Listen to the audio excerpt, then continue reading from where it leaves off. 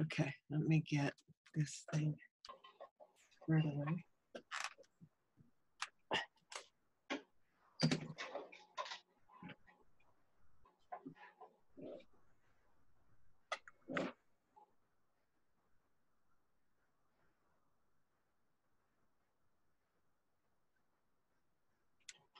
The green time took my bird of paradise. Oh, cool.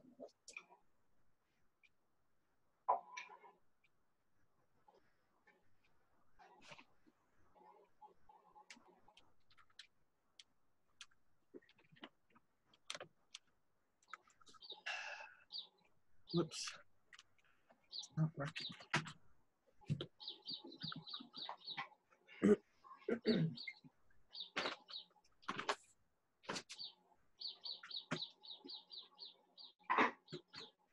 I saw the most jarring movie last night, made in 2003, called Cooler.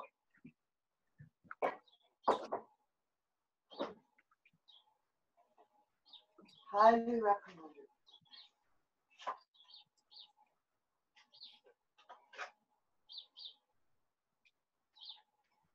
Okay.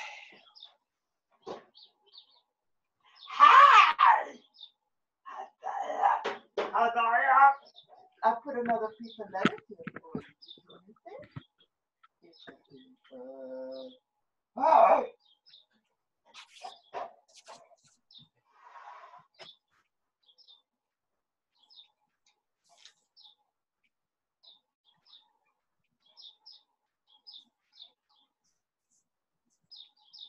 I saw a baby fish, real little. So there might be another batch in there. Oh, wow.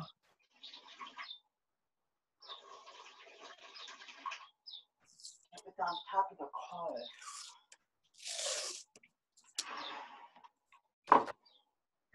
Who is everybody? I don't know. There you go. There's somebody.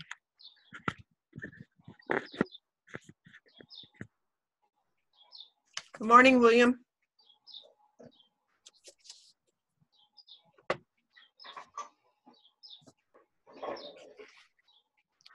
Oh, you're muted. Hi, William.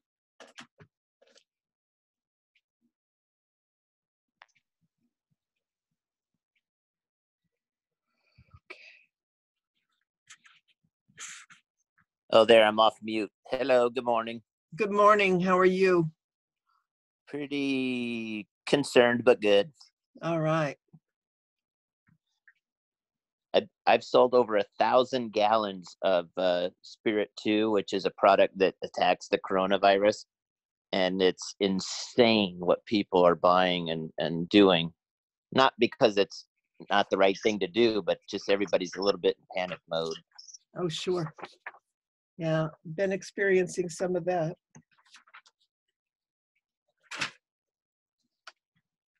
Okay.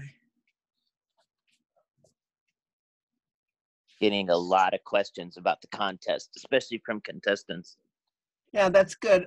This call was actually for contestants, so I'm not sure if I will get some on here this morning or not. It is early for a Sunday.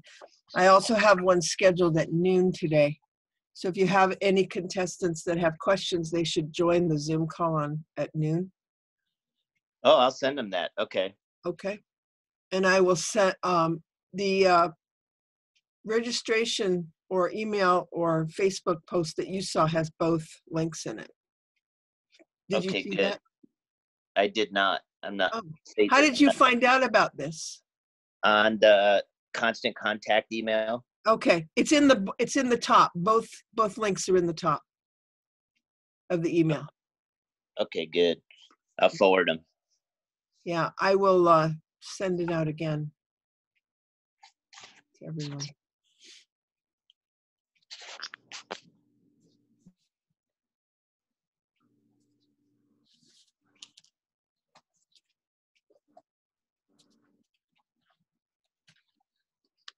Hi, Agnes. Yep. You're muted. I'll unmute you for now. Okay.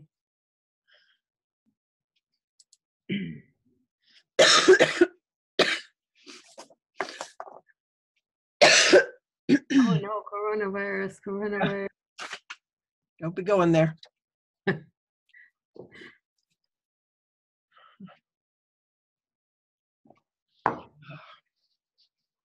I'm not sure how many people will have on this early because it is a Sunday. Right. We may have more on the noon call, but I know that Maurice sent out a message already to his group Uh-huh. and about his crazy idea to be the first. Hi, Marcia Turby, how are you? She muted. No, nobody's muted right now. Hi, everyone. Hi, Linnea. I'm going to stay dark because here I am in my jammies and my hair unkempt. So I'll just be a black box with my name on it. Okay, no problem. Okay. Darren, where are you from?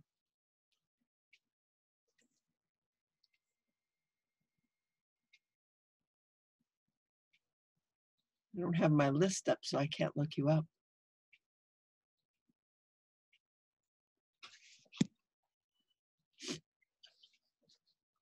I'm doing a lot of talking over the last few days. Oh yeah, I bet you have. We had a 2.5-hour call, the first one of them, and I had a 2-hour call, a 1.5-hour call. We're moving forward. Darren is from Getting Toasty. I just looked him up on the. Oh, okay, great. I don't know if he's in other clubs. Hi, too. Darren. Hello. How are Hey, you? Hello. I'm doing good. I texted. I see we're recording. Is there a way I can watch this? Because I got a gig today, an all-day gig I got to go to. Yes, you can watch it later. Yes, you can. And how would I do that? I will be posting the links to the videos that we've done so far and the ones today's on our District 52 contest page. Awesome. Awesome. And are you Marcia? I'm Cersei. I'm sorry? I'm Cersei. I'm the program quality director. Seriously. Okay. Yeah. Well, you've got a quality banner behind you. Yeah. So great. I will look forward to, because I got to get Scooby-Doo in to get ready for this all day. I'm shocked this wasn't canceled, to tell you the truth. Yeah, I've heard that a lot of things are, so yeah. Yeah, I can't. I've got friends who are still working at restaurants who are like, and the restaurants aren't like abiding by any guidelines. Well, that's where they're getting their food. They can't get it at the supermarket, so. Well, that's what I did. I had to go out and get some food because there was nothing in the supermarket last night. And I was like, Yeah. well, but then I'm exposing myself to somebody who's, all those people in the restaurant too. Yeah, very funny. Yeah. Like I saw someone at a restaurant I heard someone on the radio was talking about people with restaurants, going to restaurants with masks. I was like, really? What are you thinking? Yeah. Yeah. Well, your all right, chances well, I look of getting forward it are still like 1 in a million statistically. So that's what they're thinking. Yeah. But you do what you think is best for you and your family. Yeah. Have fun today. We hope you don't catch anything, and talk to you soon. Okay. Awesome. Wash your hands. Wash your hands when you're back. Yeah. Well, I'll look forward to the link to watch the recording. Okay. And thanks so much for putting this all together. You're welcome. All right. Have a good one. Okay. Hi, James. How are you? Hey, good morning, Cersei. I'm good. How are you? I'm good. Ready to rock and roll. You have so much energy. I told Linnea it's coffee, my own personal mocha.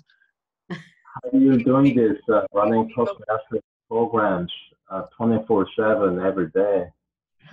Yeah, well, it's okay. Yeah, exciting. It all works. Yeah. James, have you guys talked about doing virtual meetings at Lofty? Yes. Okay, so later I'll talk to you. Okay. Okay. All right. I'm not sure how many people will be attending this morning since it's an early morning on Sunday. However, I'm going to go ahead and get started with this one. As people join, they will be able to pick up the information. I do a little bit of repeating, so that will help. I'm going to mute everybody and unmute you when I need you to answer questions. Okay. Good morning. District 52 has been preparing to change the way we do our contests according to what Toastmasters International has asked us to do. We received a modified script for speech contests, and in that it talks about the things that they expect for a virtual contest, which is what we're running, and it talks about the particulars that I want to go over as far as the technology. First things first, we are moving our District 52 contests from an in-person venue to a virtual one. District 52 is providing the venue for the virtual one by making our Zoom accounts available to conduct the contests. In doing that, we will have a virtual host in each of the contests, somebody who will start the Zoom call. That person will also assign a secondary host to the call so that if the host's internet goes down, the contest will continue. There would be no break in the contest. The hosting only is for starting and ending the call, so it doesn't break. It isn't for anything else. They get to schedule meetings and start them and stop them. I have 2 technical advisors that are helping me for all of the contests. Marco, who is the area director in one of the F areas, and Lawrence Caseda, who is in, I believe it's one of the C areas, will be helping me as tech advisors for all the contests. Now, a tech advisor does a couple of things. Besides starting the contest on time and getting it connected for all of your contestants and participants, that tech advisor will also be watching for clarity of voice, clarity of video, because as you know, a person judging a contest or a person watching a contest needs to hear and see a contestant. In the rules that Toastmasters International has sent out, they have shown us exactly how much of the person needs to be seen in the video. They also indicated that this must be a live video and audio event. We are not allowed to record a speaker and then judge it later. So we have not been given permission to do what they call video contests. We have only been given permission to do live audio and video contests, which makes them virtual. There are a lot of things that had to be changed to do a virtual event, and I'll be going through each of those parts for you so that you understand how it works. I may be shifting one of them because I don't have all the information, and I'll talk about that in a few minutes. First things first, who's in charge and what players do we have and how are they going to connect? We will still have a contest master. That person will still be doing introductions for each of the speakers. They will start and end the contest, but they'll do it virtually. They will not start the contest until the tech person says that everyone is ready and all the audio and video is established for all of the participants. There will only be 2 participants showing their video, like I am now, on the screen, and they are the speaker and the timer. Everyone else will look like many of you are now, with just a no video screen, your name, but no video screen. And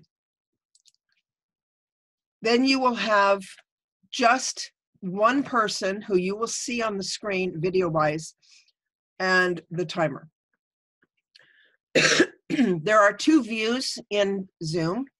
One of them makes all of this viewing a lot easier. If you will look at the top right of your screen, you will see a box that says, mine says speaker view because I'm looking at a grid that has 8 boxes on it. If I were to click the speaker view box, it would change to a single view of me speaking. In that view, a speaker can pin the secondary person, the timer, to their own personal screen, so that's the only person they see. And you're going to see why that's important in just a moment. There will be training for everyone on how to use Zoom and how to change screens and how to set up the view so that it's best for a speaker and for the timer, and also for the judges. I have a question. Will the judges be masked? Yes, every judge will get training to learn how to put their name in as Judge 1, Judge 2, Judge 3, Judge 4. They will not have their names on the video conferencing. So they will be anonymous. That was one of the considerations we had to take when we made this virtual. We know that in a physical venue, the judges are in the same room, but they're pretty much, they're not known unless somebody's really paying attention and looking around. In our virtual contest, they will not have their names on the screen like you do. That will be training that I will do for all the judges in the contest. We do have one contest that is already scheduled for Saturday the 21st. Anybody's welcome to join it. You would join via the Zoom call, and it won't matter if you have video or your picture up, because the speaker view will only show you as a set of tiles on the right. However, it is important that every participant who is not speaking mute their audio. We cannot have any extra background noise or any extra talking in this contest. It's the same as in physical contest. You must not have anyone talking over the speaker. The tech advisor does something else in the contest, and that is, should something happen, let's say the speaker's audio or video goes awry and they don't know it, where we can't see them or we can't hear them. I have provided a set of alert cards for the tech advisors to use. The tech advisor who needs to halt the contest or make it stop momentarily will have a card that they will put up in front of their video camera that says stop. After they're sure the speaker's seen that, they will put up a secondary card that will tell them why we're stopping. Oops, that's spelled wrong. Let's do this one. I haven't fixed that one yet. Okay. The tech advisor will then talk to the chief judge and the speaker to figure out if we can fix that problem, or if that speaker has to stop and wait to fix their problem and then recontinue. One of the reasons we have tech advisors is because we also know that there are ways of preventing this. So we will be contacting all of the speakers for each of the contests and telling them how to prepare their computer for this kind of conference. Many, many people don't realize that a computer that's ready and clean actually functions better for an audio and video conference than it does if you just have been using it for months and months and months and never done any maintenance on it. So I'll be sending out a maintenance document that everybody can use and prepare their computer for that. Also, should a speaker lose their connection, they would be able to pick up again with their phone. They can reconnect and start over again with their phone. One of the rules, or one of the guidelines in Toastmasters International says that when a video, or basically a video conference like this, when a speaker's speech is interrupted and it is picked up again, that the speaker will pick it up where they left off. We had talked about possibly starting the speaker all over again, but that was before I read that Toastmasters wants it started from where they left off. What that means to the speaker is there is a disruption in their momentum of giving a speech. I understand that. This is how Toastmasters believes it should happen. However, in our contests, we can adjust that depending on how bad the audio or video was, and also how long it's been going on before the speaker recognized it. We will flex. We will make a decision and flex if that speaker needs to give that speech again all over. We can do that. We would have to put them in the next available slot, because we wouldn't want them to be the last person, as we know that sometimes is the preferred spot.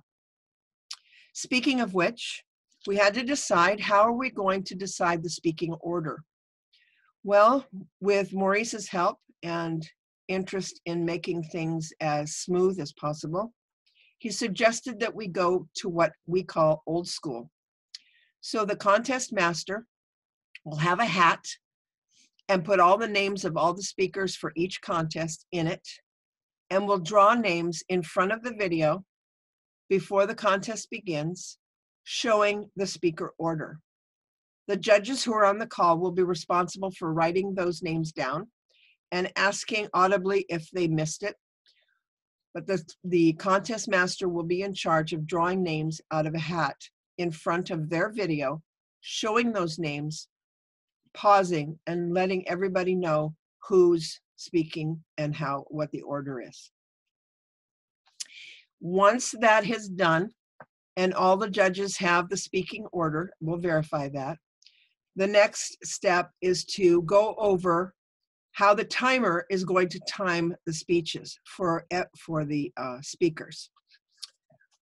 We realized that timing is crucial to a speaker. A lot of speakers don't realize when they go overtime. So we wanted to make sure that it's clear and that the speaker has the opportunity to see it. As I told you, the speaker will be able to pin the video of the timer, and we'll show them how to do that. When a timer is assigned to a contest, they will receive 3 colored cards from the district, from me or from their division director. They look like this. There's the red one. There's the yellow one. There's the green one. And the timer will show this card like I am in front of my video now, where it covers the entire camera. The reason there are words on it, and this is the part that may change, the reason there are words on it is one of our area directors reminded me that for a colorblind person who's colorblind to red and green, they cannot tell the difference between this color and this color. So basically, they won't be able to tell if you're showing them a red card or green card. The yellow one is not a problem, but it is for red and green. But I do need to ask him if he can read these letters in black on the red card or on the green card. So that's the part that might change. I might have to do them slightly differently, and I'm not sure how that's actually going to work.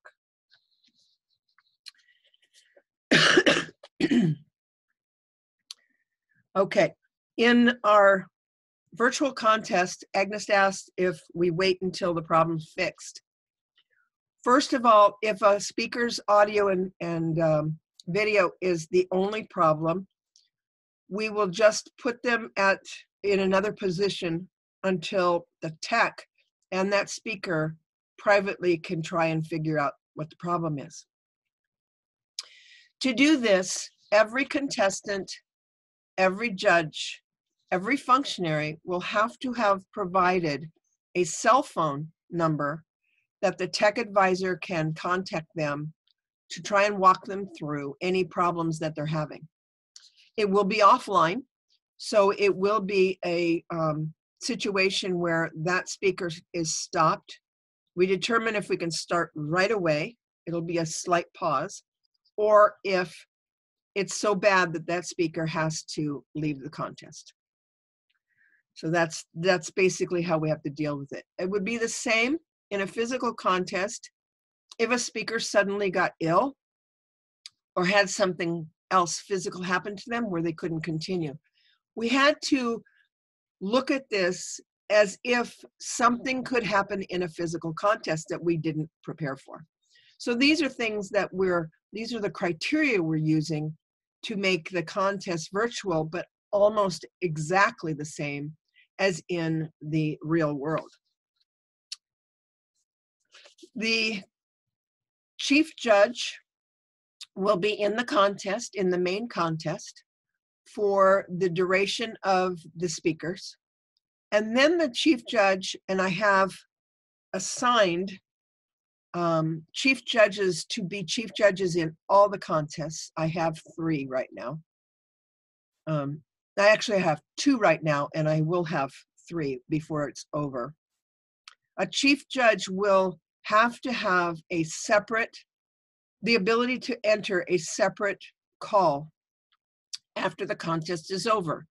This separate call keeps the ballot counting and the announcement or the tally of the winners private from the contest call. So Richard Dixon and Melissa Roughton right now are my chief judges. They have both said they will be participating in all the contests, both on the 21st and on the 28th, and if we have them on the 29th. We have 24 contests to conduct, so we have a lot of contests that we have to do. Right now, I only have one scheduled for the 21st, but I'm hoping that other areas will prepare through these calls and decide to move forward and get their contests into those slots as well. As it is now, we're starting the F62 contest at 8 o'clock in the morning with contestants signing into Zoom at 7:45 for the tech check. Does their audio work? Does their camera work? Are they positioned in front of the camera at the right height? Do they know how they sound? Do they know that they have a speaker view, that they can see the timer? So I will have all of that tech checking done before 8 o'clock. At the 8 o'clock hour, we will begin the contest business, which is to verify with the contest master that they've received all the eligibility forms and the bio forms, that they have the names in the hat for all of the contestants. Picking names is exactly the same as it is in a physical contest. If you have 4 contestants and only 3 have shown up to the video conference, that 4th person has until we gavel the contest in to show up. Their name is picked out of the hat in the same random order that it would in a physical contest. So the contest master will be calling their name. If they are in position 1 and they do not arrive before gaveling in, they forfeit their ability to be in the contest. If they're the last person and they don't arrive until after gaveling in, same rule. They forfeit their ability to be in that contest. That is a Toastmasters speakers rulebook rule, not ours. They have to be present at the time of gavel. So let's talk about gaveling in. We have the business of the contest, picking the names, verifying that all the judges have the ballots and are ready, making sure the ballot counters are in the auxiliary room, making sure the chief judge is present in the contest and also has access to his auxiliary room and communication with his ballot counters, and making sure that the contest master is ready to begin the contest. Once all those things are in place, the contest master has a very short script. They will tell the audience, the virtual audience, that the contest, we will now begin F62's humorous contest. And then he will say, I will be introducing our contestants one at a time, name, speaker title, or speech title, and then name. There'll be a short pause, and the contest master will do just that, introduce the first speaker. In that format, the speaker will have heard that and will begin speaking as soon as they are ready, within reason. The timer will have one timer will have one job, and that is watching a stopwatch and putting up the cards at the appropriate time, like this. And they'll be training for this. And then when the next color comes up, this card stays up, and this card comes in front like this. And then when the speaker hits 7 minutes, this card goes up, and the timer keeps this card up until they hear the speaker stop talking.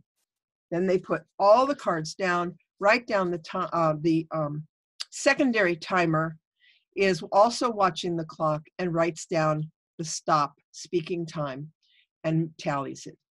So we have two timers. One is watching a clock and doing cards, and one timer is watching a clock and writing it on the timer sheet. There is a virtual attendance. We don't have any problem with up to 100 people in the conference. So depending on how, we counted 15 have-to-do people in the contest. We have 5 judges, 1 tiebreaker, the contest master, the chief judge. We have the tech chair, which is, think of it as more like a sergeant at arms. And we have the ballot counters in a separate room. But there are 15 functionaries that are in the room. So up to 85 people can actually join virtually and watch the contest. They must have their microphones muted. So the tech chair will mute everybody and to make sure everyone is not doing the audio, so that there's no dogs barking, no screeching, no pots and pans, everything's quiet. All of the specifics of speaking for a contest are in the new rules. They will be sent to all the speakers. You have to be in a well-lit room. You need to be seen from the waist up. Keep in mind, if you have props for your talk, they should be situated at waist level so that you're not bending over off camera. There is a section in the ballot that talks about delivery, and that's where a judge would mark a speaker down if they walked outside the speaking area. So the speaking area for a virtual contest is the view of your camera. How far side to side can your camera show you? You don't have any other room. We can't say it's 6 foot or 9 feet or you can't move forward, none of that. All we can say is your camera only shows a certain width, and that's your speaking area. The speaking area for your body is waist up. So as you can see in this video, you can't see my waist. But if I were speaking, I would be upright and you would see my waist to the top of my head. Keep in mind, speakers need to keep in mind their gestures, because if I gesture out here, you can't see me, but if I gesture here, you can. So you want, speakers will want to practice with their video cameras to let them know that their gestures count and can be seen by the judges. Should a speaker go off camera, it is not a disqualification for the speaker, for judging. It is only a markdown in the delivery section. If we have if you look at the speaker designations, the rules that the Toastmasters International has laid out, lighting is another one. The speaker needs to be well lit. Now, sometimes we've already had pushback from some speakers who say a couple of things. I don't have room in my house to set up a camera. I don't have a place in my house that is separate from everyone else, so there might be disruptions. I don't have a well-lit house. All of those considerations have been thought about. It is not the district or the area or the division's responsibility to change that for a speaker. A speaker needs to provide those things for themselves. We do have one person in our district who is offered to allow people to convene at her office, but it is in downtown, or it's in Chinatown, and that's Judy Thang. She has an office that will be completely empty on the weekend, but it would require driving there. She also has a way to set up a camera for those speakers. So we have that. I don't know exactly how that would work, and you'd have to work out that with her. There are other places you can go. If you work in an office, you can use that. There are places that, maybe you have a relative that has a bigger house or a more well-lit house. Each speaker is responsible for finding their place to deliver their virtual contest. Okay. You can back up so more of you is visible. You have to remember that if you're using a camera with the microphone in the camera, your voice may go lower should you be far enough away from the camera that you can't be heard. This is also part of the tech check that we do between 15 minutes before the contest business begins. We're going to be checking how loud you are. One of our tech people, technology savvy people on one of the calls suggested that a speaker use a Bluetooth earbud that's connected to their computer to send the audio to the computer via that. It's a great technology. However, if the Bluetooth fails, you will not be heard. So that would have to be tested and practiced with your own equipment. Should you decide the only headset you have is a full headset with a microphone, keep in mind that that is covering part of your head.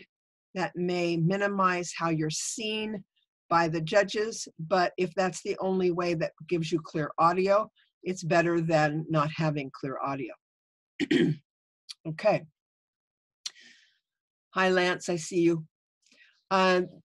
This contest is being developed every day. We're changing things. Every day we're learning something new. Every day somebody on these calls is asking a question that helps us to fine tune it.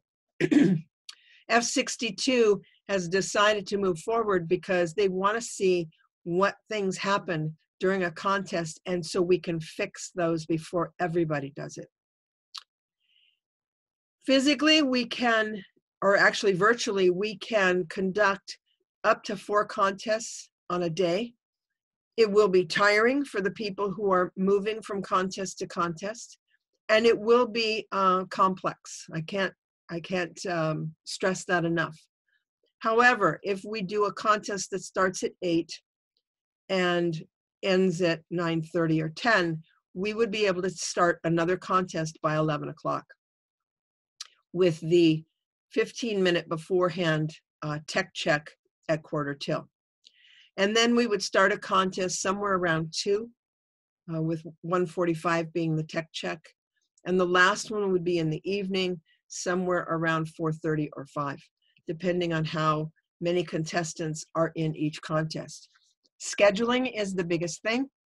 I don't have any criteria for scheduling people as to your contest must be at this slot.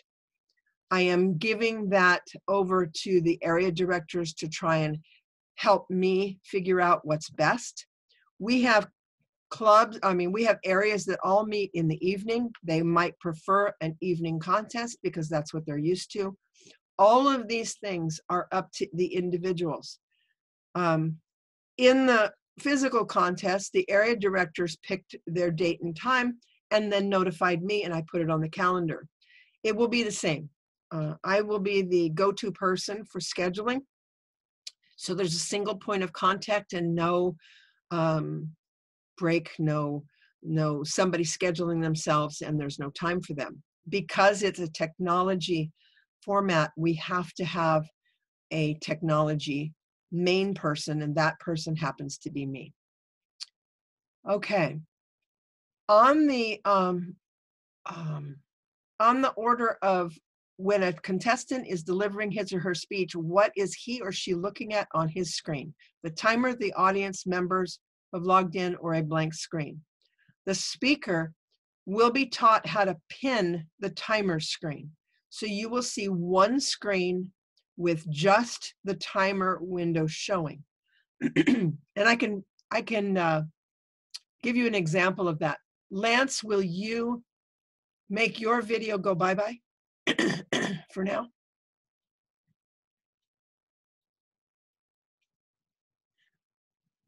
Okay, now, would everybody, excuse me, I'm sorry, I've been talking a lot. Will everybody please look at the upper right corner of the screen?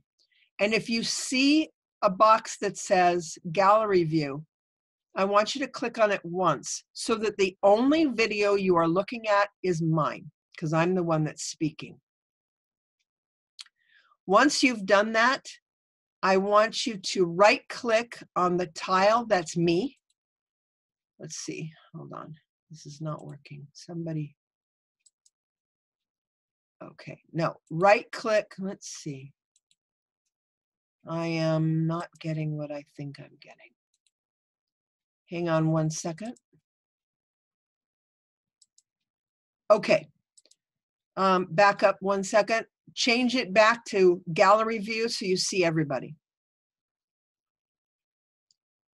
Once that's done, in the upper right corner, you will see 3 dots. If you click on that once, there is an option in the menu that says pin video. So you're going to pin my video on your screen, and now you are in speaker view, seeing only my video. You do not see the video in the big screen other than mine. If I'm the timer, the speaker will see what I put up on the screen. That's all they'll see. Okay? So that's how that'll work. And we will have training. I'm going to do some training videos as soon as I possibly can that will show how to use Zoom and how these functions work. If I were to unpin my video and put it on to somebody else, if I pinned, let's say, a speaker, if I'm a judge, that's what I would do. I would not be pinning the timer, I would be pinning the speaker. So I would pick that person's video and pin them. The only video that will be showing will be timers and the active speaker. So this is the tricky part. The tech chair will make sure that every video is muted until they are ready to speak. This is where the contest chair and the tech chair work together. The contest chair will hear the tech chair say, I have speaker number 1 on video, I have timer on video, everybody else is muted, and the contest chair can introduce the speaker. So it's just like what we do at one of our club meetings. We have something called waiting in the wings. The speaker will be waiting in the wings for their turn to speak.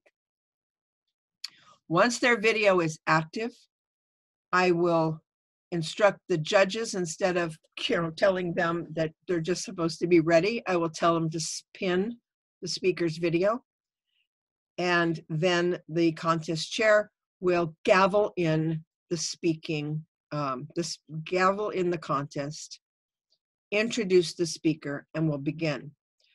In the 1 minute of silence, after the 1 minute of silence, the tech chair will instruct the speaker to mute their video, and speaker number 2 will activate their video, and then we will do it again.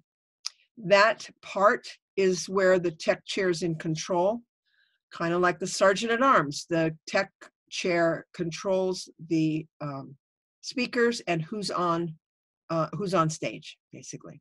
Okay. Are there any questions so far that you might have? I've been seeing them in the chat. If anybody has. Sarah, hold on 1 second. Let me find you and unmute you. Okay, yes, go ahead. Hi, can you hear me? I can. Oh, awesome. Okay, sorry, I was typing. That's okay. I wanted to, how are you doing, Cersei? I'm good. Awesome. Cersei, I had a question. Since you said that the speaker should be visible waist up, and then it's better not to move around too much, perhaps, so that your voice is audible too. So I'm wondering, is it best to be seated the way you are? Thank you for reminding me. Mm-hmm. We have 2 new rules that are not in the book, but we have instituted because of the thoughts we had when we were preparing for this. A speaker cannot be seated. They must be standing. There is a picture in the new rules, which all the speakers will get, that shows the speaker standing in a room, visible from waist up, with a Toastmaster banner behind them. We don't care what's behind you, but we do care that you're standing. The next thing is, so every speaker must stand during their talk. The other rule is you may not, under any circumstances, have notes, cue cards, or anything in front of you outside of your video that we can't see, indicating that you have basically cheat sheets for your speech. This is a live performance. It is not a practice.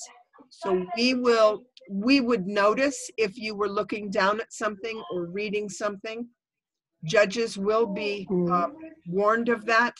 They will be watching for that. If a speaker does that, they will be severely marked down. That's just one of the things the judges will be told. This is not a disqualification. It is a markdown, okay? We believe that Toastmasters need to be very aware of how they would be in a physical contest. If they were to read their notes in a physical contest, they wouldn't win because they wouldn't be prepared. So in this contest, chances are a judge marking you down for reading your notes would mark you down severely, so you wouldn't win. There's no reason to participate in an area contest that's going forward to division if you're reading or using notes to do your contest. So we don't want that in our contest either. So I'm telling speakers not to have notes and not to have cue cards. Okay, let me get Lance off mute. Okay, Lance. Does that apply to if we had a counter like below the screen working? Are we not allowed to do that either? No, that doesn't count. That's not something that's wrong. You can do that if that helps you to keep on time. No problem. We're talking about just speaking notes. Okay, and I'm trying to demonstrate right now what you were talking about in terms of waist up video for Sarah or others. Yes. Now, Lance, you have a box beside you. Can you put something on that box for me? Some physical object? Like a Here? book or something? Yeah, on that. Okay. Everybody watch Lance for just a minute. And if you want to practice doing speaker view, pin his video to the full screen. So Lance is going to give a speech, blah, blah, blah. And now he's going to, as part of his speech, his prop, he's going to pick up his prop off that box and hold it up as if it's part of his speech. You'll notice it never went out of the video. That's how your props need to be physically put into your speaker view. Somewhere where you're not having to walk off screen, you're not having to bend over, so you're getting it off the floor, and you're not having to move that video camera in during your speech, okay? So those are the things you have to work through. So if I have, in my speech, I might have a section where I reach down and pick something up. This is the something, and I put it in a box. That would be okay. Because your whole body's still in the video. Yes. Got it. Okay. Yes. Okay. Be aware of how you look on the video screen. Practice before you get to the contest, because that's going to make or break the presentation that you give. Just yes. for success. I don't know who Hollywood is, but no teleprompters. No electronic teleprompters, none of that. Do not use that technology. That is not how you would do it in a physical contest, okay? Anybody else have any questions, comments, concerns? Okay, because we want the contest to run as smoothly as possible. How can they practice before the contest? Every speaker is required to have their own video camera. So the way you practice with that is to activate Skype or any other video conferencing program. You can use freeconferencecall.com, and freeconferencecall.com has a free version where you can hold your own video conferences. You do not have to have an audience. You can actually practice with that. The other one is Loom, L-O-O-M. You can do a webcam or camera only video call, and you can be the only person on it, and you can practice your speech and see how you look. You can check the video and the audio afterwards to see if there's echo or if you're not being heard or if there's static. I do want to tell you that Marco Abradovich and myself and Lawrence Caseda have all volunteered to check in with the speakers that are having problems. I checked my audio. It's all, broken up. I don't know how to fix it. We will check with you the status of your computer, because in my experience, and also Marco, we know that video takes a lot of resources. If you have things going on in your computer in the background, maybe you have a malware infection or you have a background program running, it's going to take away resources from your video camera, and it will cause the video camera to break up. I am sending out a document to everybody telling them how to clean their computer and get it ready for this video conferencing. But some people are not comfortable with that. So we have the technology to walk people through that. I also have some remote software that I can use to get to people's computer to do it for them. We want to make this as seamless as possible for everybody. For the F62 contest, it's coming up on Saturday. We have 4 contestants. We have a couple of ballot counters. We have a couple of timers, and we have still have a need for some judges. But most of the players are in place, so we have to check in with all of them to make sure all of their audio and video and computers are ready to go. Okay. If you want to see yourself on the screen while you're delivering your speech, you may not be able to see the timer. So you are risking missing your timer cue cards. I would suggest that if that's something that you prefer, that like Lance, you set up your phone with the timer on it so you can see the time and you don't have to worry about the timer. Okay, so yes, you can do that, but I want you to know that the timer cards will be given on a screen, and I'm not sure you would see that. So I will make the timers a host. I believe that means that they appear even in the speaker view on the bar. They appear at the top, but that's a test I have to do because I haven't done that yet. I don't know. Since I'm the host, every time I go to speaker view, I'm the first video on the tiles. So I'm thinking that's probably how it works. Also, I presume that the timer's time is the correct time and not our stopwatch. So we can't totally That trust is correct. ourselves.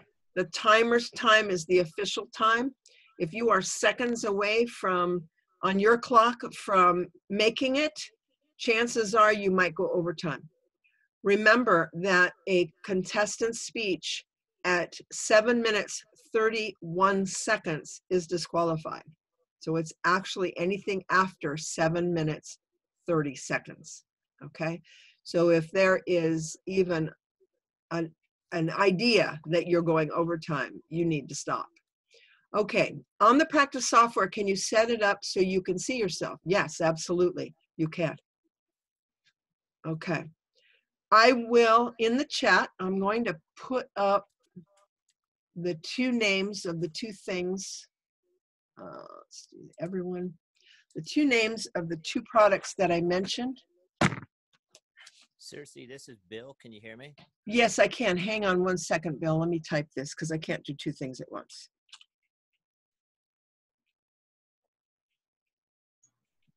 Turn your volume up a little, Bill. It's on my cell phone. Okay, go ahead, Bill. I'm not clear when we should tell our contestants when, where, and how. Mostly when and where. They'll figure out the technology piece, but how to show up and be there. Okay. On time. Like good question. B23. Yeah. Good question. Just as in a physical contest, they will be notified by the tech chair, the contest chair, and the chief judge will all be on the notification. Everybody will be notified when the contest is scheduled. Just like you would notify them to physically show up, you would notify them via email.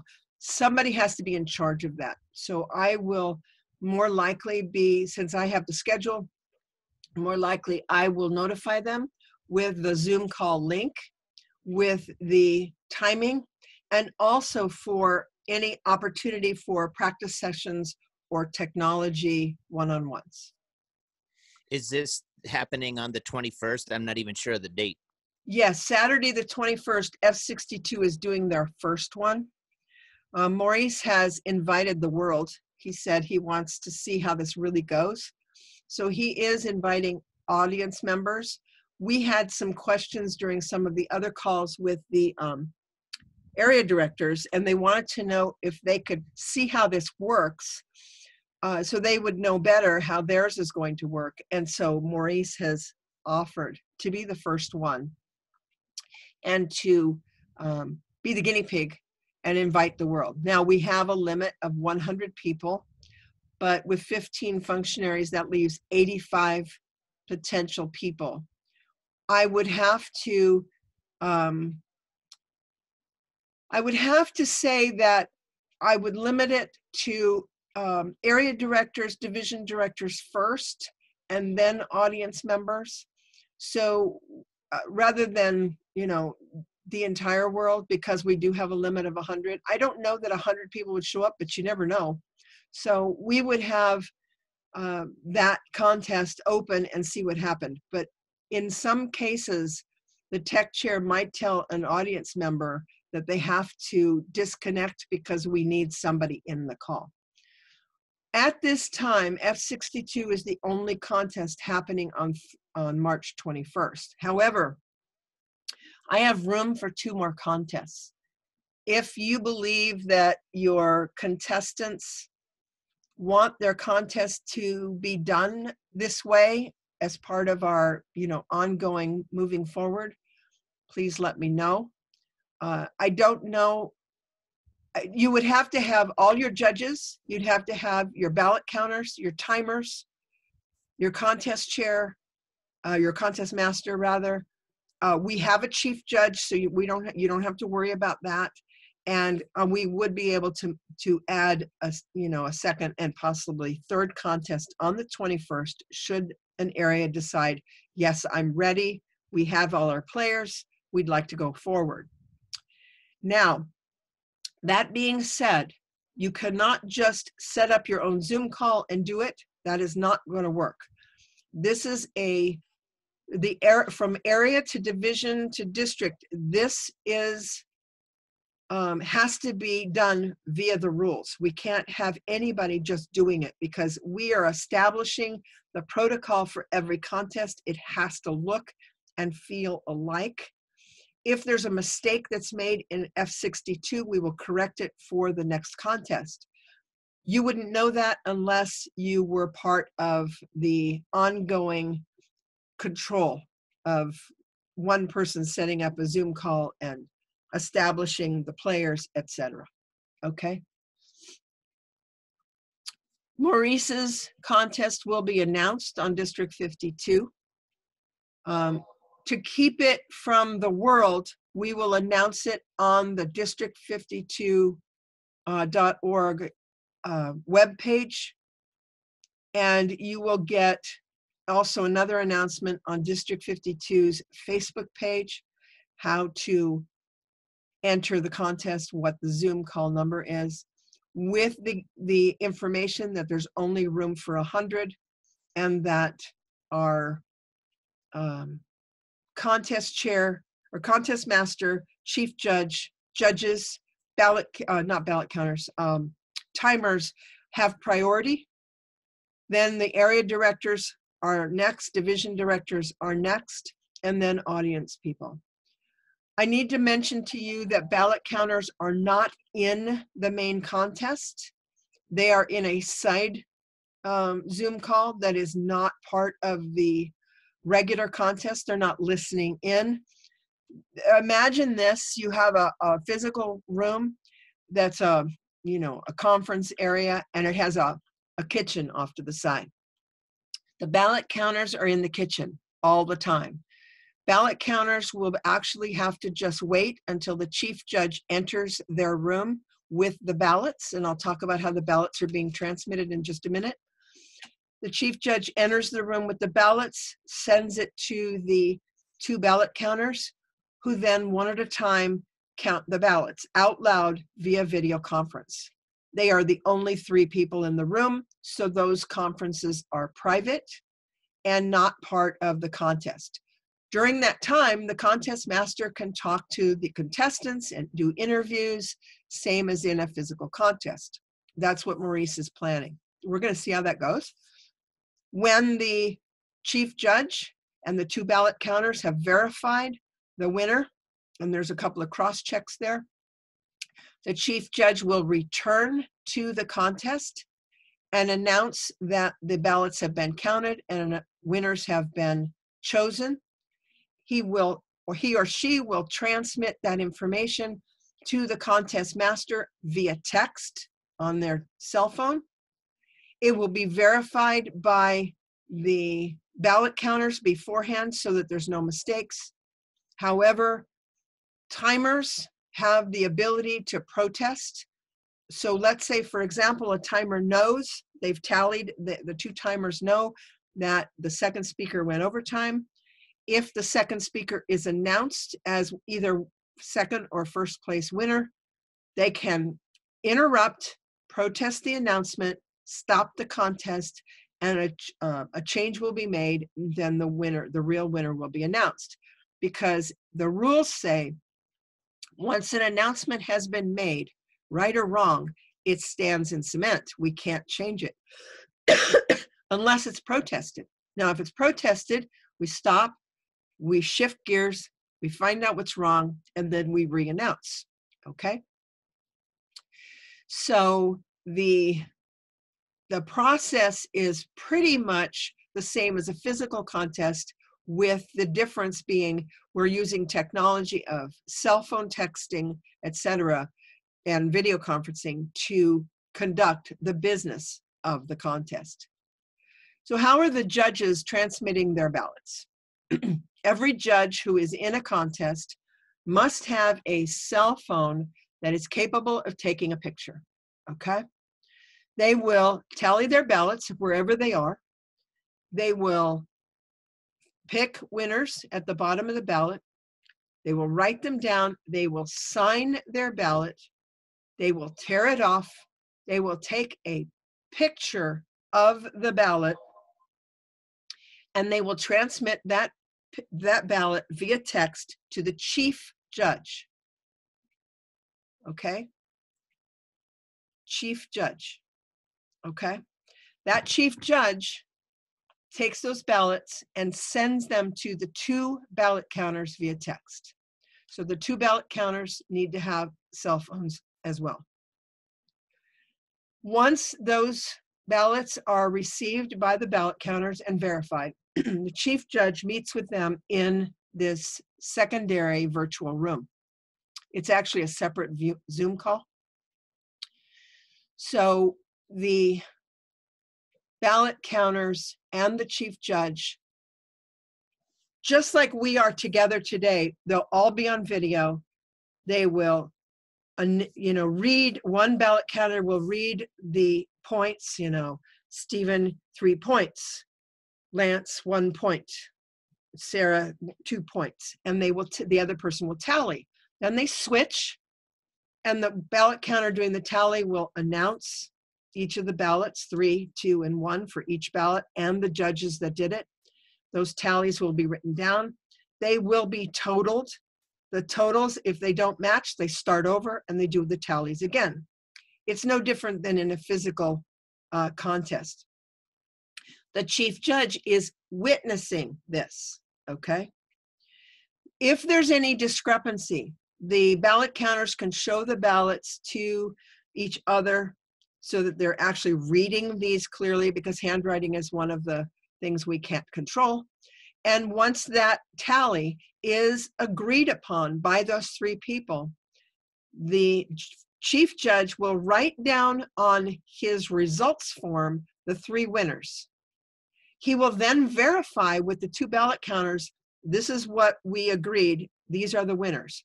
They will be looking at that, making sure that's correct, and then, and only then, the chief judge will text the contest master the winners in order with an attached picture of the results form.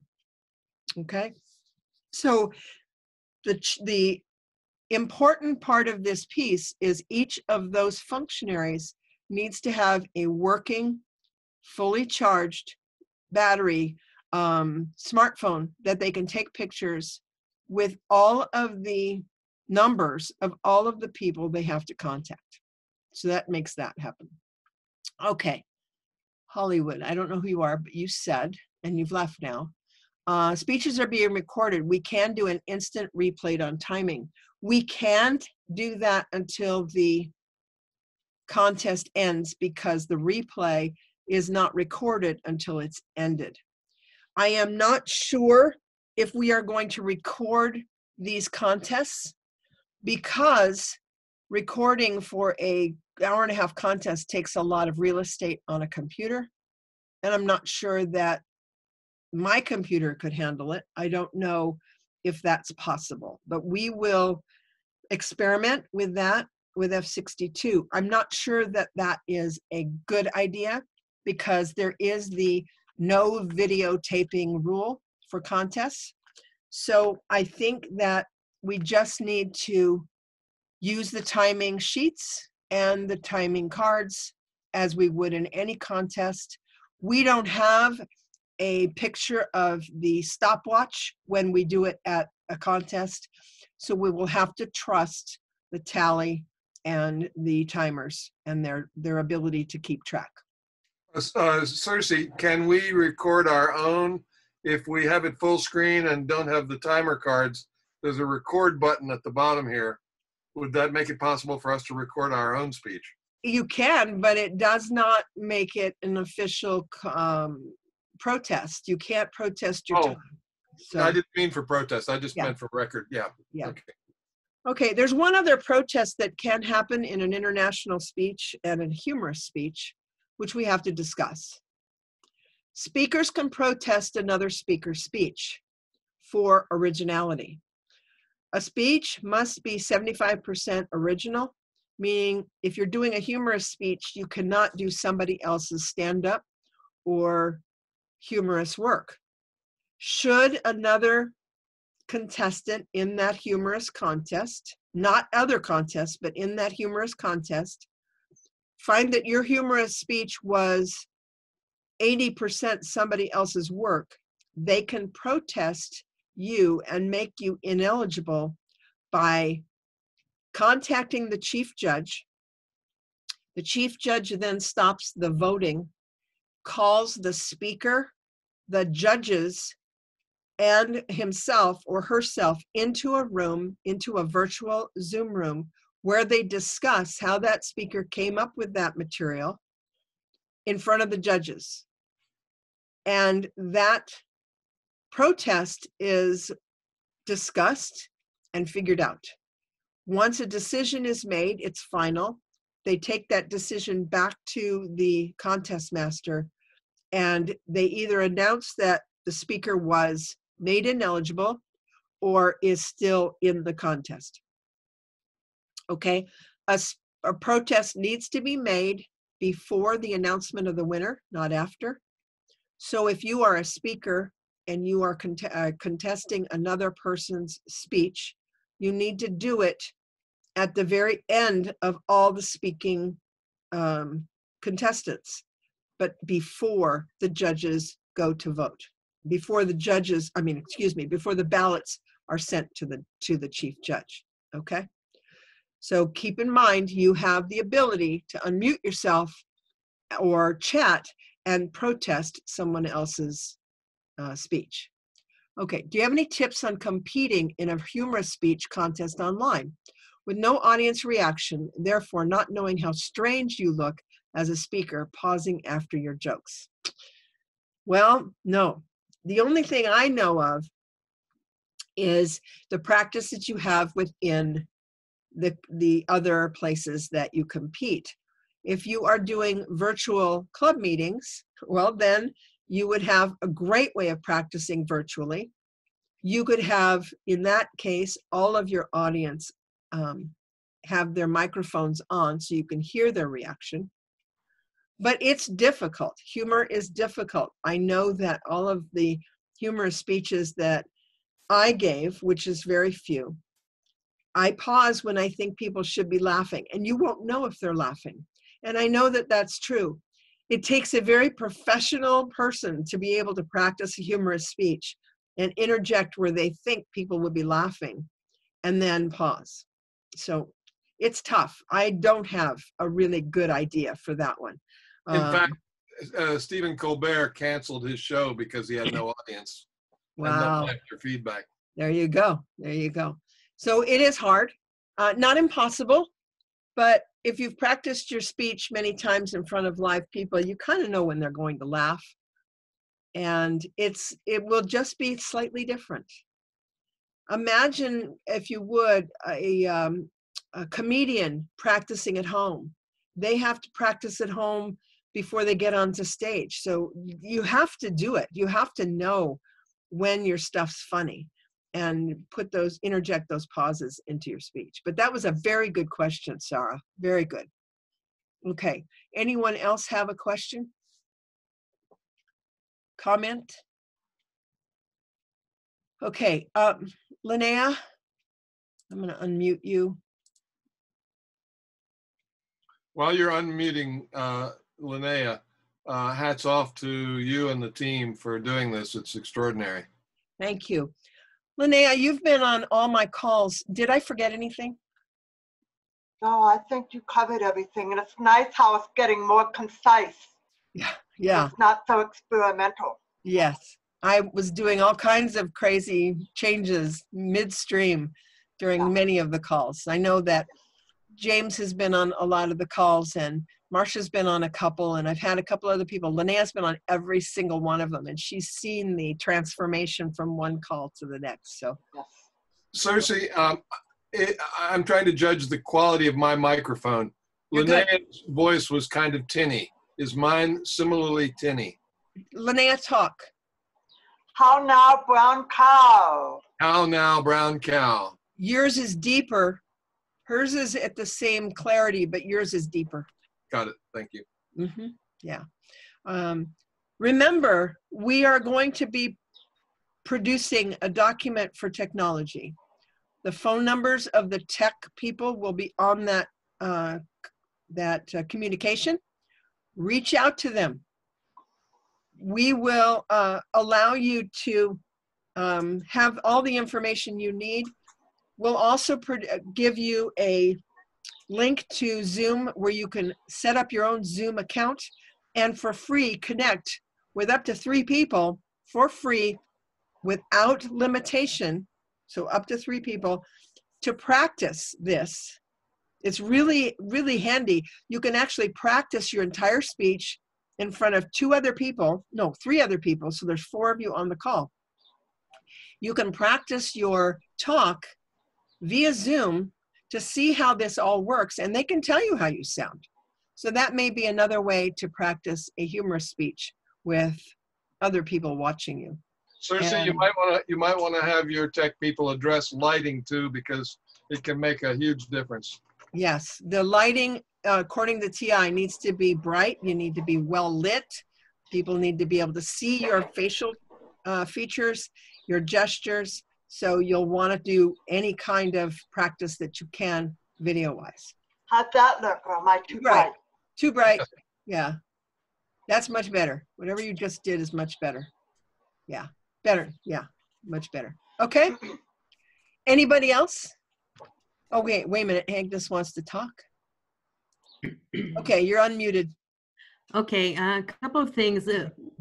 What do you advise about maybe people who have a complicated background, maybe suggesting to them that they tape up a sheet or put a big banner like you were doing, something like that in the background?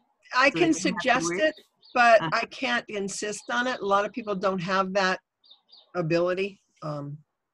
It doesn't, well, for example, we were at a schoolhouse once where the background was covered with kids' stuff. And, you know, the speaker still spoke because our focus is normally on the speaker's face and upper body when they're talking.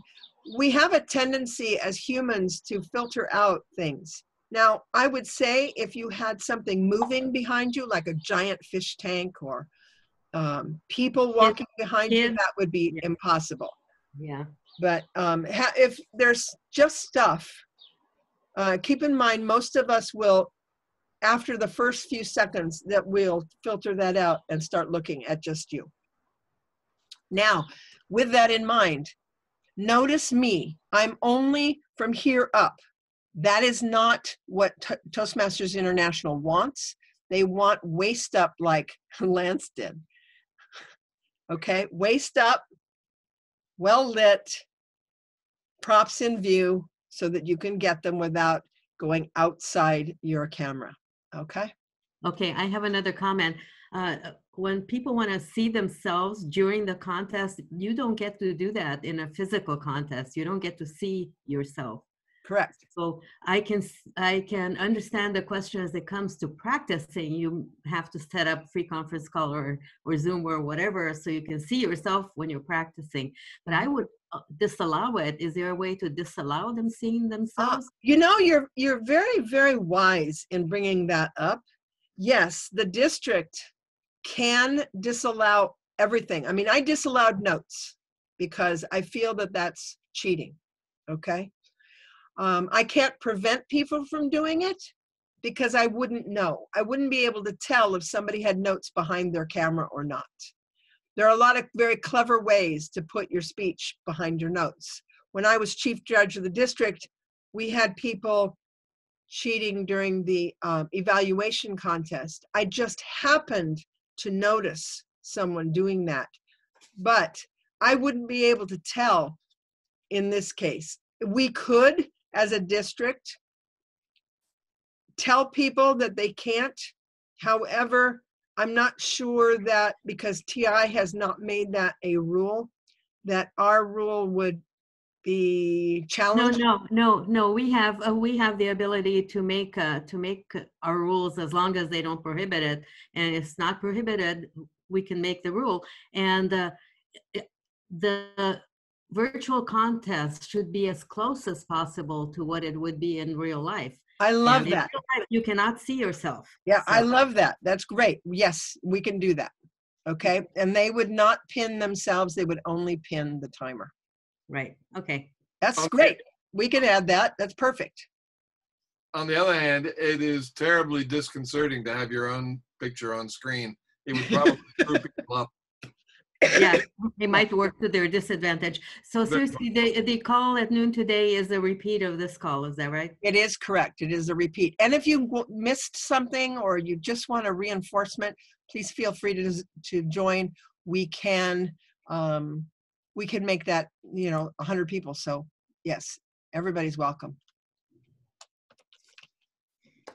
One comment about that. I was late getting in because I couldn't find the unique number for the call. And I've figured out how to find that out, but it's, if anybody is sending out information about the call, make sure that the unique, I think it's a 9-digit number, is clearly evident or available.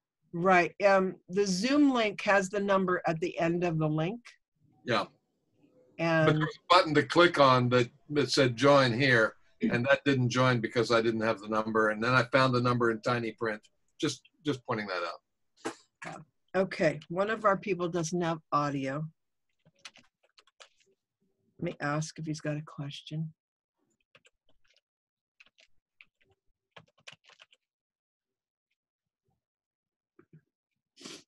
Hang on one sec.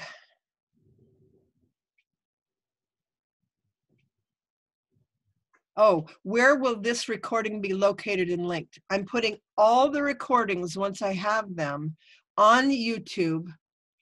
These recordings will not be private. They will be open to anyone who clicks on them. However, recordings that are designed to be private will not be, the link would make, in other words, if, let's say, for example, a speaker wants to practice, we would videotape that so that they can see how that sounds and hears, but their link would be private, meaning the only person who could see it would be them or anyone they share that link with. Okay, so the links to these, once I get them produced and copied, they will be available on District 52's contest page. So you would go to district52.org, information about contests. There will be a box in there and it'll have links to all the recordings. I don't have any of them up yet, but I will put them up, starting with the very first call I did and then the next one. Now, mind you, those calls are much longer, so you can skip through them if you like. As we do more of them, they get shorter and shorter, so, and more concise. So information you receive in the first call may have changed by the end call, okay? We will be also placing the rules for virtual contests on that page. I'm going to redo the page this afternoon. We will have all the information for everything on that page. It'll just completely change for all of us. Keep in mind that there is a kind of bias that we're not familiar with a virtual contest. What I'm trying to do to eliminate that is to make sure that the functionaries are very, very comfortable in this virtual environment. If I have to, I will have only a certain set of people doing ballot counting, so that that's not, that bias is not there. But I cannot virtualize and make the judges the same in every contest for two reasons. Even if I have a set of 6 judges who are not in any contest and therefore don't know any contestants because of clubs, when a judge hears every single international speech or every single humorous speech, they are going to recall, whether they want to or not, they are going to recall what they've heard before. And judging will be tainted in a way that's not even known by the judge in their judging. So I need a separate set of judges for each contest. So they're only listening to the contestants for that contest. We could have judges do a couple of contests, but not all of them. We would set ourselves up for failure and not pick a true winner. And that's my goal. In this arena, I have one personal directive, and that is to make the contest as fair and as close to a physical contest as I possibly can. One of the things I've already found is that it's not completely fair to everyone, because not everyone can join virtually. Not everyone is comfortable joining virtually. So I've already found that there are some people who can't do this. However, in a physical contest, that would still happen. So it's not as big a deal for me as it is for me to make each contest look and feel the same. The other thing is, we are providing virtual contests, even though there are many districts, and I've read this on the Toastmasters International group page on Facebook, there are many districts who have canceled all contests completely across the board. They've just canceled them. Our district is not doing that. Our district is making a contest available to everyone, allowing them to participate if they want to, allowing them to do that because Toastmasters International is still moving forward with the World Champion of Public Speaking contest in August.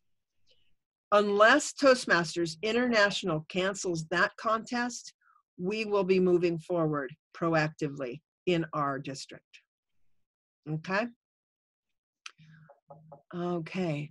Why can't we use the judges already set up? Oh, the reason we can't use the judges already set up is some of those judges said, I don't want to do a virtual. Okay? They can't. I presume that if we are a contestant in one contest, that we cannot be a judge in any contest. Is that correct? No.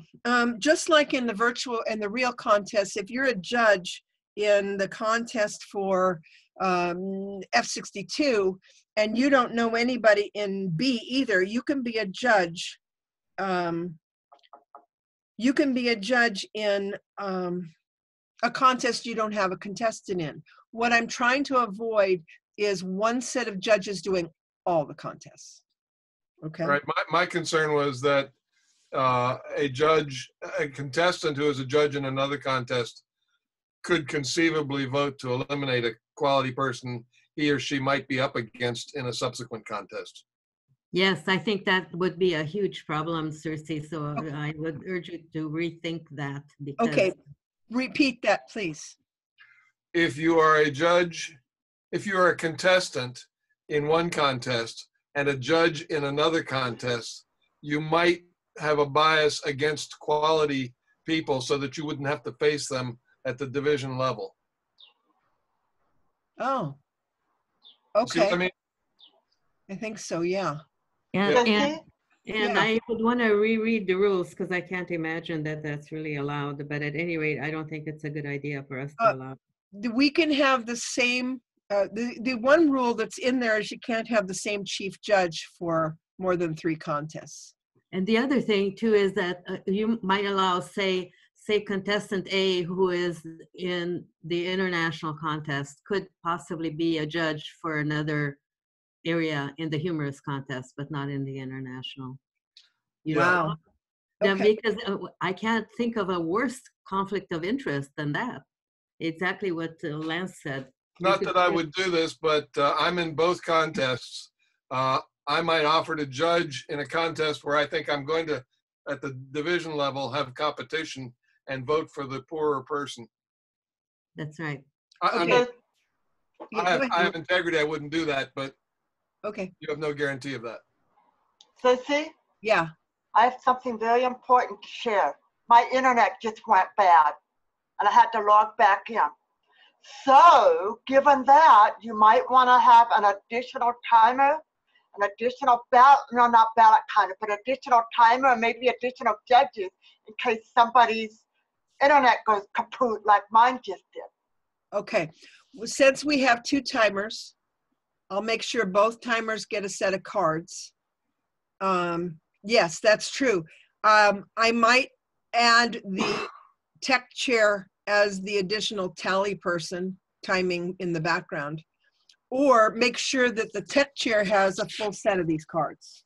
Yeah, right, because, you know, that can happen. And if I was timing or judging, that would be a major, I would have to be disqualified as a judge because I didn't hear part of the speech.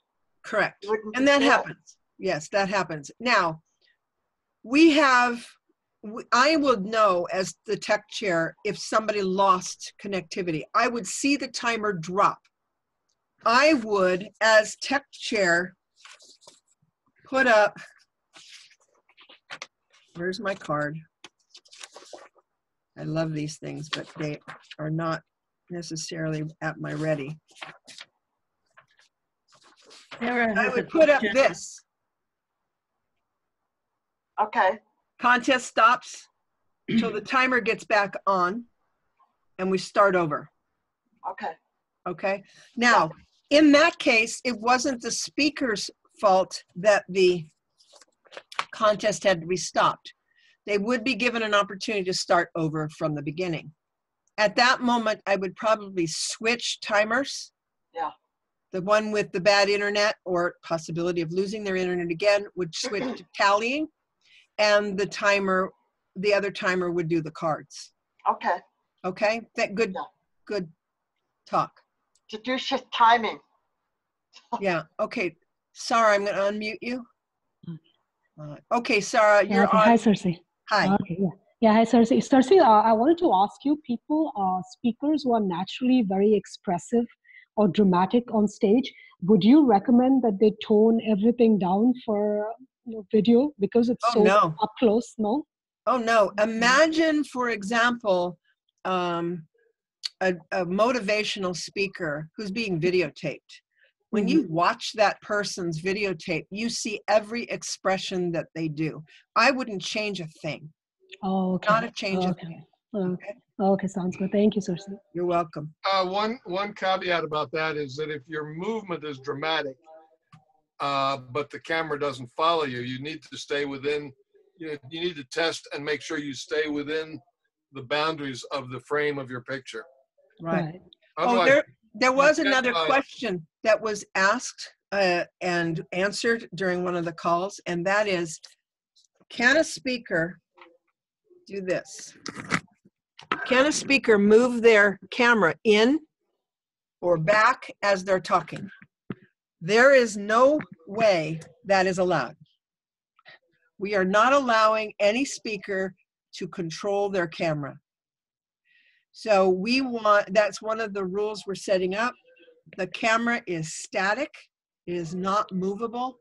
It has to stay in one place, okay? There is a device you can buy that automatically pans, but I don't think that's not allowed. To use that. All right. Not allowed.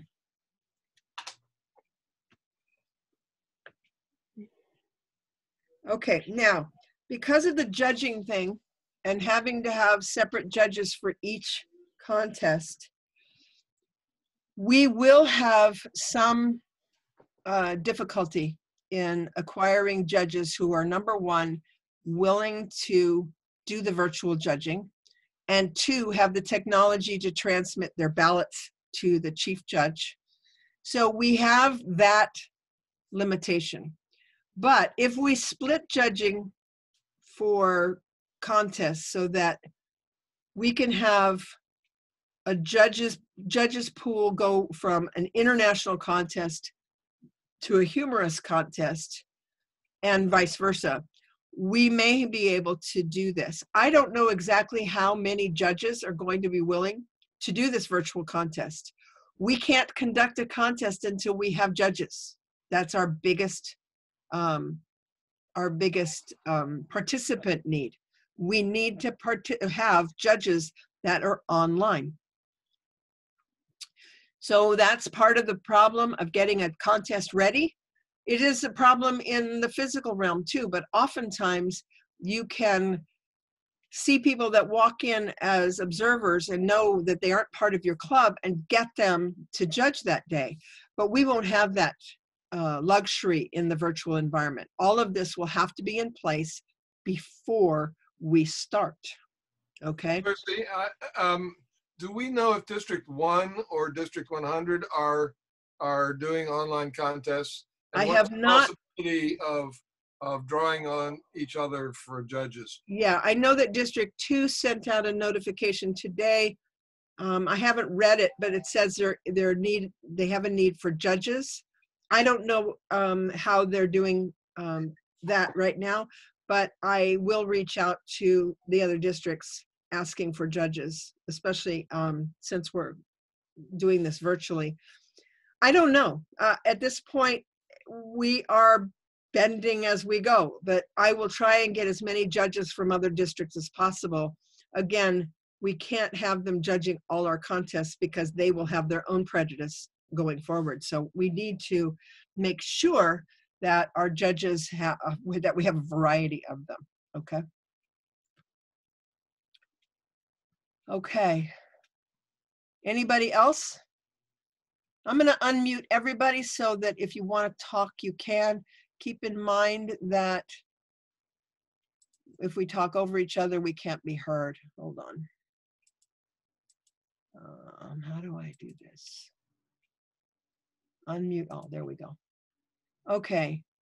I believe you are all unmuted except James Park, which I'm going to unmute now. Okay. Cersei, if the Toastmasters decides not to have the Paris one, maybe a month from now, would you guys still have it up to the district level, even if there's nothing Yes. going beyond that? Oh, Yes. you would. Okay. Yes, we would. And you know, the Paris conference is in August, so there's lots of time for things to get resolved. Okay. For Now, anybody's interest, while we're talking, the official count of cases in America went from 2,100 to over 3,000. well, we're going to drop. That's going to drop dramatically. But here's the thing. District 52 has decided not to eliminate opportunities for members. So we're doing virtual contests to allow those contestants who are willing to take the plunge and do a virtual contest to go forward. We're still picking a winner. We're still picking someone to go to the convention in August. It is important that you keep this in mind as you are participating in the contest. The district will still hold a contest, and we will still have a winner coming up from the humorous contest and the international. At this point. And consider, Sarah, that even if it does not get resolved by August, there's nothing preventing TI from holding that contest virtually. Correct. So, okay. You see? So we have to keep, and for Lance, I have a slightly more optimistic view, as you probably have heard, but China's new case count is coming down, so is Korea's and Japan's. And so we have every reason to believe that our case count will eventually peak and come down. We just don't know the timing, right? Yeah. So I'm kind of betting that by August, things will be a lot better, if not resolved. But at any rate, this gives our contestants good practice. In case the international is held virtually, our contestants will already know how to do it all. So they would be ahead of the pack. And the other thing for which this is good is a lot of club meetings would probably move to virtual, because a lot of club members may not want to be in club meetings. And if you can learn from the contests on how to do this well, if the contests come off very well and everybody gets comfortable with it, that could work for clubs as well.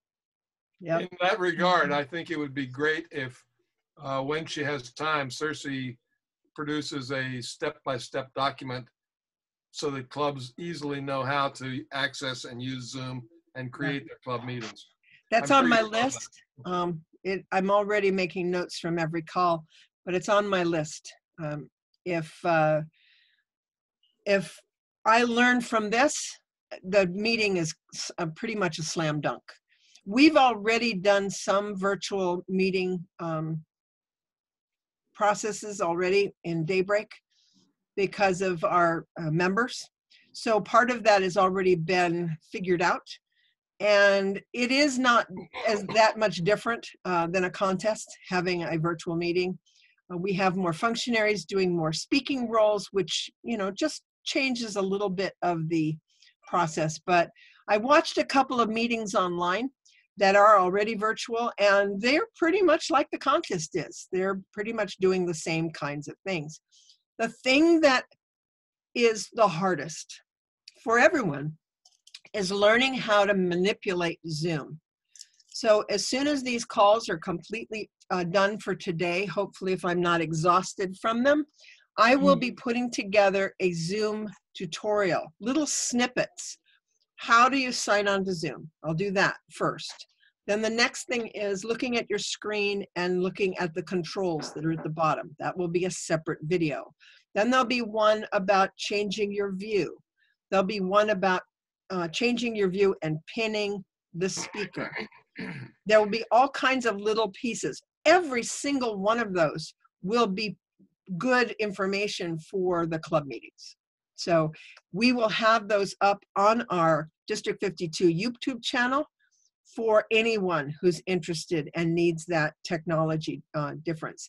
I will also produce the training, virtually trained a video training of how to clean your computer, because not everybody reads things well. Some people are visual or auditory.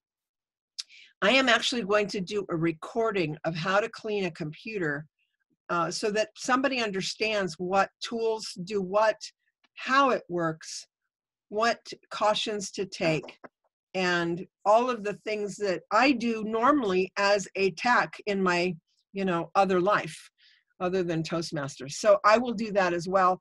This will help everyone get ready for the contest on Saturday, and it'll also get everyone ready for anything that comes up in the near future.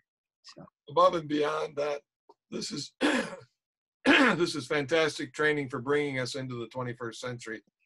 There's so many other uses for this that Toastmasters is.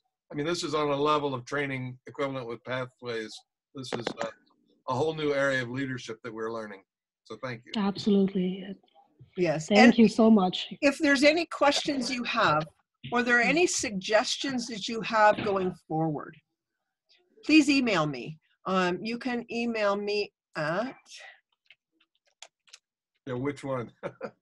Yeah, I've got a few. Cersei@cerseid.com. If you have any kind of online documents, oh, wait a minute, Lance, I did that privately. Hold on, I need to do that to everyone. Okay.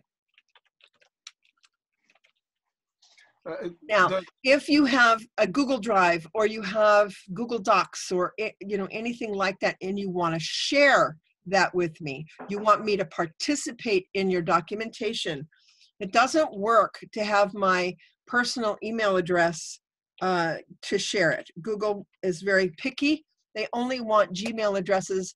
That's my Gmail address. So you can send any kind of invites to that kind of documentation. I know Marco and I are collaborating on a document right now for the F-62 and going forward. it's very helpful because he was listening in on my call, taking notes, and he picked up things that I was able to then edit, fine tune, and it's very, very helpful to me. We also have an ongoing list of functionaries and participants. I'm going to have a contestant list, every cell phone number, and working email. That would be, when I say working email, that's an email you could get on Saturday morning so that you don't miss an announcement or a change that occurs, okay? Cersei, does PQD at District 52 automatically go to cerseid@gmail.com? It does, Okay. yes, this one does. Whoops. How close are we to the end of this? Just for my scheduling. You can end any time. I've had people already drop. I would like to keep Lance, you, James, and Marsha on the phone as area directors and past district director, because I have another issue I'd like to talk to you guys about, but I don't want it to be part of this recording. Oh, okay. So I will stop the recording. Sarah, you're the only one that needs to drop, and then I will. Oh, she doesn't have to. Okay. Oh, I dropped her. That's okay. I'm going to stop the recording though. Okay.